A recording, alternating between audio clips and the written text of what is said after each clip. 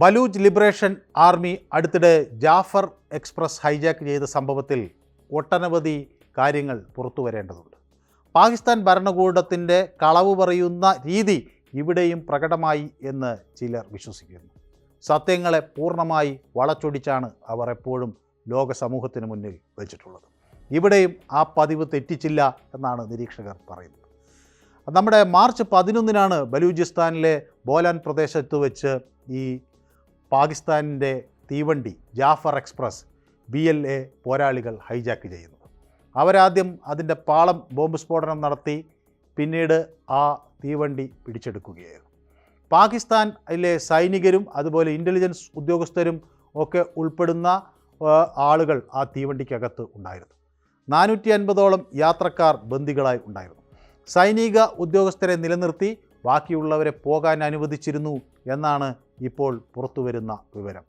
BLA പറയുന്നത് അതാണ്. സൈനിക ഉദ്യോഗസ്ഥരെ മാത്രം പിടിച്ചു നിർത്തുകയും സാധാരണക്കാരെ ആളുകളെ അപ്പോൾ തന്നെ അവർ മോചിപ്പിക്കുകയും ചെയ്തു എന്നാണ് അവർ പ്രസ്താവനയിൽ അവകാശപ്പെടുന്നത്. കാരണം അവരുടെ പോരാട്ടങ്ങൾ നിരപരാധികൾക്ക് എതിരല്ല, സാധാരണക്കാർക്ക് എതിരല്ല. പക്ഷേ ഭരണകൂടത്തിൻ്റെ പ്രതിനിധികളായവരെ അവർ ലക്ഷ്യം വയ്ക്കുന്നു എന്നത് യാഥാർത്ഥ്യമാണ്. പാകിസ്ഥാനെതിരെയാണ് അവരുടെ പോരാട്ടം എന്ന്, അല്ലെങ്കിൽ ആ ഭരണകൂടത്തിനെതിരെയാണ് അവരുടെ പോരാട്ടം എന്ന് BLA ഊന്നി പറയുന്നു.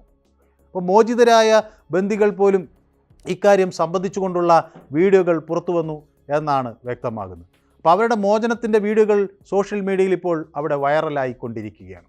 അപ്പോൾ പാകിസ്ഥാൻ ഭരണകൂടം പറയുന്ന കാര്യങ്ങൾ മുഴുവൻ കള്ളമാണ് എന്ന് തെളിയുകയാണ്. അവരുടെ പ്രചരണ പരിപാടികളാണ് നടന്നത് എന്ന് വ്യക്തമാവുകയാണ്. അപ്പോൾ ബന്ദികളെ മോചിപ്പിക്കാൻ തങ്ങളുടെ സുരക്ഷാ സേനയ്ക്ക് കഴിഞ്ഞു എന്നൊക്കെയാണ് പാകിസ്ഥാൻ പറയുന്നത്. വിജയകരമായ ഒരു ഓപ്പറേഷൻ നടത്തിയെന്ന അവകാശവാദവും അവർ ഉന്നയിച്ചു. പക്ഷേ അതല്ല സത്യം എന്ന് പറയുന്നു. ജനങ്ങളുടെയും അന്താരാഷ്ട്ര സമൂഹത്തിൻ്റെ മുന്നിലും ഒക്കെ അവർ വെച്ച കാര്യങ്ങൾ അവർ നെയ്തെടുത്ത നുണകളാണ് എന്ന് വ്യക്തമാകുന്നു. ISPR ഹാൻഡ് ഔട്ടുകളിൽ നിന്ന് റിപ്പോർട്ട് വാങ്ങുക, പിന്നീട് അത് പ്രസിദ്ധീകരിക്കുക, അങ്ങനെ സർക്കാർ നൽകുന്ന വിവരങ്ങൾ മാത്രം റിപ്പോർട്ട് ചെയ്യുന്നതിലേക്ക് ചുരുങ്ങുന്നു മാധ്യമപ്രവർത്തനം. അവിടെ ഏതെങ്കിലും തരത്തിൽ വ്യതിചലിച്ചാൽ അത് പിന്നെ സെൻസർഷിപ്പിലേക്ക് നീങ്ങും.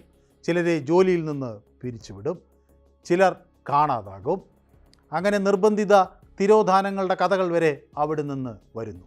രൂക്ഷമായ പ്രത്യാഘാതങ്ങൾ നേരിടുന്നു അവിടുത്തെ മാധ്യമപ്രവർത്തകർ.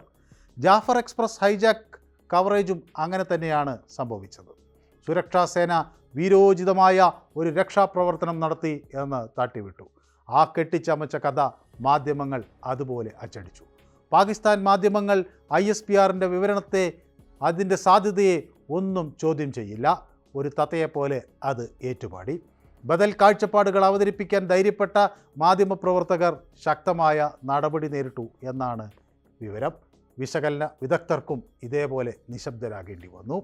അതുപോലെ പാകിസ്ഥാനിൽ ഏറ്റവും കൂടുതൽ സൈനികവൽക്കരിക്കപ്പെട്ടതും അടിച്ചമർത്തപ്പെട്ടതുമായ പ്രദേശങ്ങളിൽ ഒന്നാണ് ബലൂചിസ്ഥാൻ.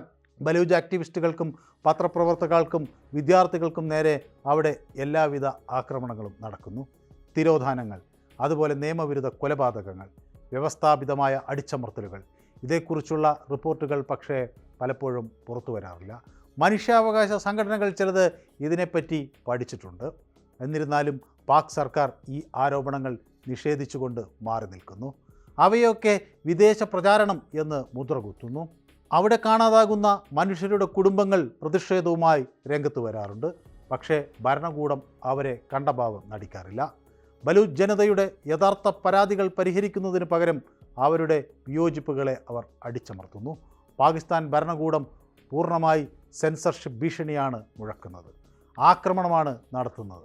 അത് ആ ഭരണകൂടത്തിൻ്റെ അടിസ്ഥാന സ്വഭാവമാണ്. കാർഗിലിൽ സ്വന്തം സൈനികരെ ഉപേക്ഷിക്കുന്നത്, അതുപോലെ തീവ്രവാദ ആക്രമണങ്ങളെ സംബന്ധിച്ചുള്ള യഥാർത്ഥ വിവരങ്ങൾ മറച്ചുവെക്കുന്നത്, അതൊക്കെ പാകിസ്ഥാൻ്റെ ഒരു രീതിയാണ്. മാധ്യമ സ്വാതന്ത്ര്യത്തെ അടിച്ചമർത്തുന്നതുവരെയിലേക്ക് നീങ്ങുന്നു കാര്യങ്ങൾ. അസ്ഥിരതയുടെയും അടിച്ചമർത്തലിൻ്റെയും രീതി അവർ തുടരുന്നു. വിയോജിപ്പുകളെ അവർ നിശബ്ദരാക്കുന്നു. യൂണിഫോമിലുള്ളവർ കാര്യങ്ങൾ നിർദ്ദേശിക്കുന്നു, അതെല്ലാവരും അനുസരിക്കുന്നു. ആ കള്ളക്കഥകൾ ലോകം മുഴുവൻ പ്രചരിപ്പിക്കും. പക്ഷേ അതിനൊക്കെ അപ്പുറത്തേക്ക് ഇപ്പോൾ ചില വസ്തുതകൾ പുറത്തു വരുന്നു. അങ്ങനെ പാകിസ്ഥാൻ മറച്ചുപിടിക്കാൻ ആഗ്രഹിച്ച പല കാര്യങ്ങളും ഇന്ന് ലോകം ചർച്ച ചെയ്യുന്നു. വസ്തുതകൾ മറനീക്കി പുറത്തു വരുന്നു. അവിടുത്തെ സാധാരണക്കാരുടെ പ്രതിസന്ധികൾ ജനം മനസ്സിലാക്കുന്നു. ഉറ്റവർ നഷ്ടമായ കുടുംബങ്ങളുടെ പ്രതിഷേധം തെരുവിലെത്തുന്നു. അസംതൃപ്തി പടരുന്നു. ലോകം അത് കാണുകയും ചെയ്യുന്നു.